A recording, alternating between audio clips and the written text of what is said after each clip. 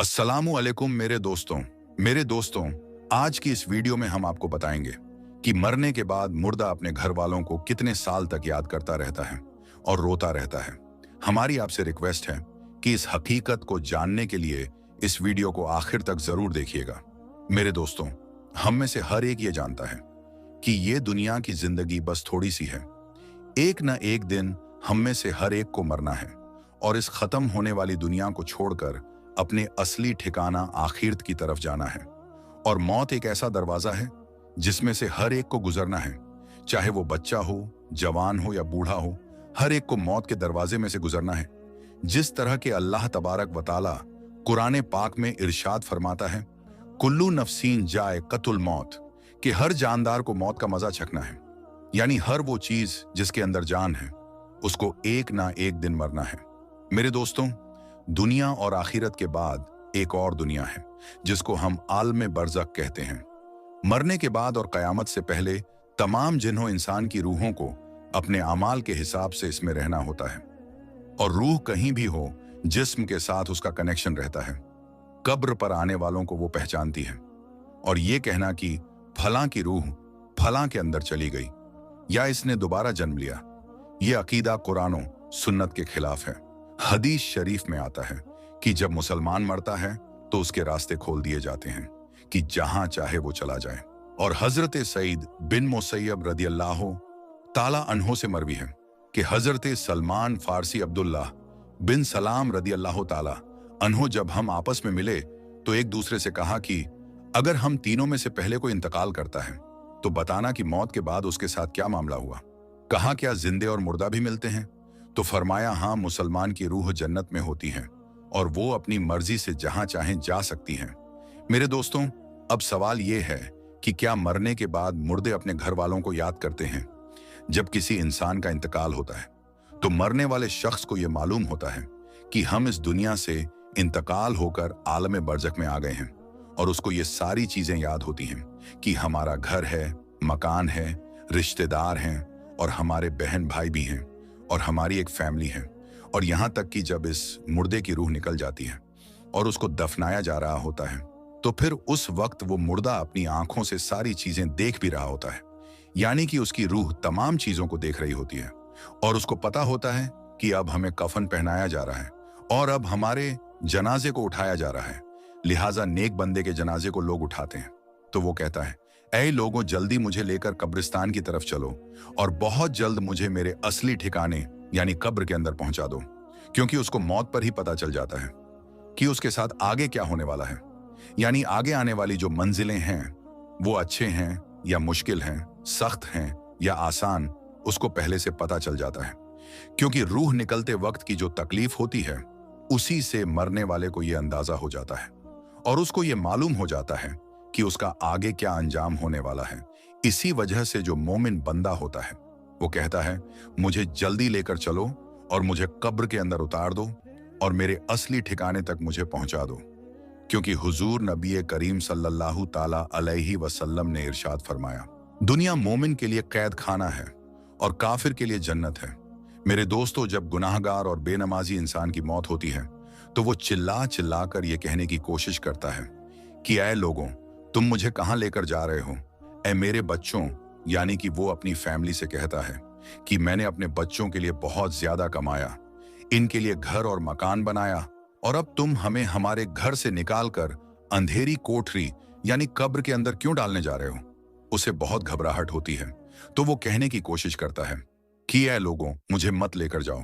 बहरहाल मेरे दोस्तों, उसको जब कब्र के अंदर रख दिया जाता है तो उसको ये पता होता है कि अब हम कब्र के अंदर हैं और हमारी फैमिली और हमारे रिश्तेदार उस पिछली दुनिया में हैं जहां पर वो पहले रहता था।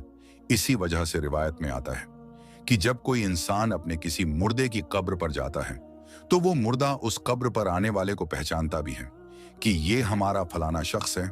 अगर बाप कब्र के अंदर है तो वो पहचान लेता है कि हमारी कब्र पर आया है, ये हमारा बेटा है, हमारा भाई है, हमारा रिश्तेदार है। जिस तरह के हजरत अबू हुरैरा रदियल्लाहु ताला अन्हु से मरवी है कि नबी करीम सल्लल्लाहु ताला अलैहि वसल्लम ने इरशाद फरमाया कि तुम में से जब कोई शख्स अपने भाई की कब्र पर या फिर उस शख्स की कब्र के पास से गुजरता है जिसको वो दुनिया के अंदर जानता था और वो उसको सलाम कहता है, तो वो उसका सलाम सुनता भी है और उसके सलाम का जवाब भी देता है, और वो कब्र पर आने वाले को पहचानता भी है। और अगर कब्र पर उसका कोई प्यारा रिश्तेदार जाता है तो कब्र वाले को बहुत ज्यादा खुशी होती है। लेकिन अगर मुर्दा गुनहगार होता है और अपने गुनाहों की वजह से सजाएं भुगत रहा होता है, तो वो कब्र वालों को पहचान कर भी उसकी तरफ कोई ध्यान नहीं देता, क्योंकि कब्र के अंदर उसकी जिंदगी बहुत कठिन हो जाती है और वो अजाब से परेशान हो रहा होता है। इसी वजह से उसका कब्र पर आने वालों की तरफ ध्यान नहीं होता। और जब हम किसी कब्रिस्तान पर जाते हैं और ये कहते हैं अस्सलामु अलैकुम या अहलल कबूर, तो वो कब्र वाले हमारे सलाम को सुनते भी हैं और हमारे सलाम का जवाब भी देते हैं। और बुखारी शरीफ की हदीस में है कि जब कोई शख्स अपने किसी मरहूम के लिए ईसाले सवाब करता है और जब उस ईसाले सवाब को तोहफा बनाकर उस मुर्दे को पेश किया जाता है तो वो बड़ा खुश होता है, और उस वक्त उसको ऐसी खुशी मिलती है कि उससे पहले उसको ऐसी खुशी कभी भी नहीं मिली होती। बहरहाल मेरे दोस्तों, जो गुनहगार बंदा होता है उसे ये दुनिया बहुत याद आती है। वो ये कहता है कि हम बहुत ऐश की जिंदगी में थे, क्योंकि ये दुनिया की जिंदगी उसके लिए जन्नत थी। उसको कब्र के अंदर अजाब हो रहा होता है, इसी वजह से वो अपनी दुनिया की जिंदगी को याद करता है, क्योंकि दुनिया की जिंदगी के अंदर उसको सुख था और दुनिया की जिंदगी के अंदर वो इस तरह के अजाब में गिरफ्तार नहीं था। इसी वजह से गुनाहगार शख्स दुनिया की जिंदगी को याद करता रहता है और अपने घर वालों को याद करता रहता है। इसी वजह से इस्लाम में मरने वालों के लिए ईसाले सवाब करने को कहा गया है, क्योंकि ईसाले सवाब करने से जो गुनहगार होते हैं उनके गुनाहों की बख्शीश होती है और जो नेकोकार होते हैं उनके दर्जे बुलंद होते हैं। लिहाजा हमें हर हाल में अपने मरने वालों को याद रखना चाहिए और उनके लिए इसाले सवाब करते रहना चाहिए। और हमें चाहिए कि जब हम तौबा व इस्तगफार करें तो हम सिर्फ अपने लिए ही ना करें, बल्कि अपने तमाम रिश्तेदारों और मोमिनों के लिए भी करें। और मेरे दोस्तों, जो नेक बंदा होता है वो दुनिया की जिंदगी को याद नहीं करता, क्योंकि दुनिया की जिंदगी उसके लिए कैद खाना थी और उसके लिए कब्र की जिंदगी यानी कि आलमे बरज़ख की जिंदगी जन्नत होती है, क्योंकि उसके लिए कब्र में जन्नत का बिछौना बिछा दिया जाता है और उसको जन्नती कपड़े पहना दिए जाते हैं और उसकी कब्र को जन्नत के बागों में से एक बाग बना दिया जाता है और उसके कब्र में जन्नत की खिड़की खोल दी जाती है, जिससे जन्नत की खुशबुएं कब्र के अंदर उसको महसूस होती हैं और नेक बंदा बड़ी ही राहतों और सुकून में होता है। इसी वजह से उसको दुनिया की और अपने घर वालों की किसी किस्म की कोई टेंशन और फिक्र और परेशानी नहीं होती, क्योंकि अब वो अपनी उस जिंदगी में होता है जिसके अंदर उसको राहत और सुकून होता है और जिसके अंदर उसको हमेशा हमेशा रहना है। और वो उसी में खुश होता है, क्योंकि वहां पर उसको किसी किस्म की कोई दुख, परेशानी और तकलीफ नहीं होती, बल्कि उसके लिए राहतें ही राहतें होती हैं। और जो गुनहगार बंदा होता है उसको ये दुनिया बहुत याद आती है और वो कब्र के अजाबों से बहुत परेशान होता है। बहरहाल मेरे दोस्तों, जो असल चीज है वो अमल है। जिस तरह के अल्लामा इकबाल कहते हैं कि अमल से बनती है जिंदगी, जन्नत भी और जहन्नम भी। ये खाकी अपनी फितरत में न नूरी है न नारी, अमल पर ये सारी चीजें हैं। अगर इंसान के अमाल अच्छे हैं तो मौत से अच्छा कोई मैसेज नहीं, और अगर इंसान के अमाल खराब हैं तो मौत से बुरा उसके लिए कोई मैसेज नहीं।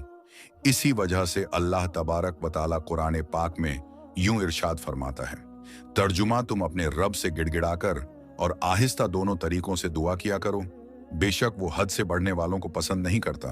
और नमाज जनाजा के हवाले से हुजूर नबी करीम सल्लल्लाहु ताला अलैहि वसल्लम का इरशाद है, जो किसी मैयत की नमाज जनाजा 40 मोमिन पढ़े हैं तो अल्लाह तबारक व तआला उस मैयत के लिए उनकी दुआओं को जरूर कबूल फरमाता है।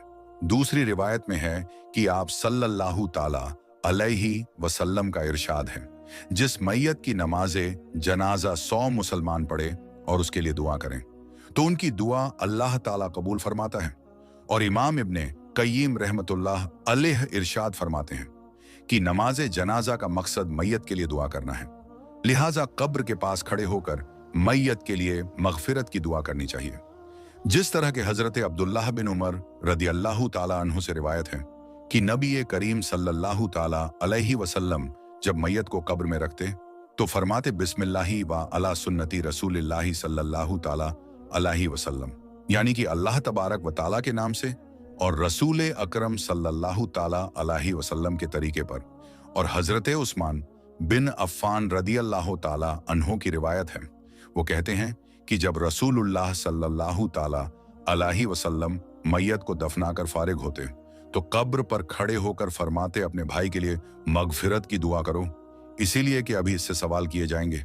अल्लाह तबारक व ताला से दुआ है कि अल्लाह तबारक व ताला हमें नेक अमाल करने और गुनाहों से बचने की तौफीक अता फरमाए, और अल्लाह तबारक व ताला हमें अपनी तमाम मरहुमीन और तमाम मुस्लिमीन, मुस्लिमात, मोमिनीन, मोमिनात के लिए ज्यादा से ज्यादा ईसाले सवाब करने और उनके लिए मगफिरत की दुआ करने की तौफीक अता फरमाए। आमीन या रब्बुल आलमीन। तो मेरे दोस्तों, ये हमारी आज की वीडियो आप सबको कैसी लगी, आप हमें कमेंट बॉक्स में जरूर बताएं और अपने दोस्तों और रिश्तेदारों में इस वीडियो को जरूर शेयर करें। तो मेरे दोस्तों, आज के लिए बस इतना ही। हम मिलते हैं फिर किसी नई और अच्छी वीडियो के साथ। तब तक के लिए अस्सलामु अलैकुम, अल्लाह हाफिज।